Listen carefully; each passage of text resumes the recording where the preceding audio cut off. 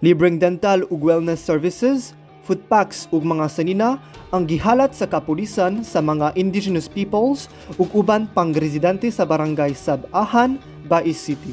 Nipahigayon og community outreach ang Philippine National Police sa maong lugar aron mapalig-on ang pakinglambigit sa kapulisan ug katawan batok sa kriminalidad ug insurensya. Kauban sa PNP, ang PDEA na nanghatag og libreng tsinilas sa mga tinun-an sa maong barangay. Pinapaabot natin na ang buong gobyerno natin ay nagkakaisa para sa kanilang katahimikan, kabuhayan, paano natin sila matutulungan. Tumungsab sa kalihukan na mapalamnag ang advokasya sa gobyerno bain sa anti-terrorism awareness, ilabi na sa mga IP sa maong lugar.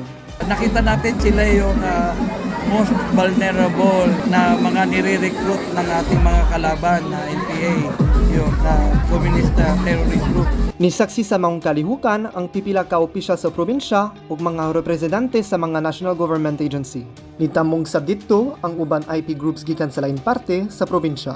Pinaagi niini, gipakita ang kapulisan na makasarig ang katawan nila sa pagpatunay sa kalinaw sa ilang lugar. Gikan sa Negros Oriental, kini Sian Tunduken, alang sa mayong balita sa Central Visayas.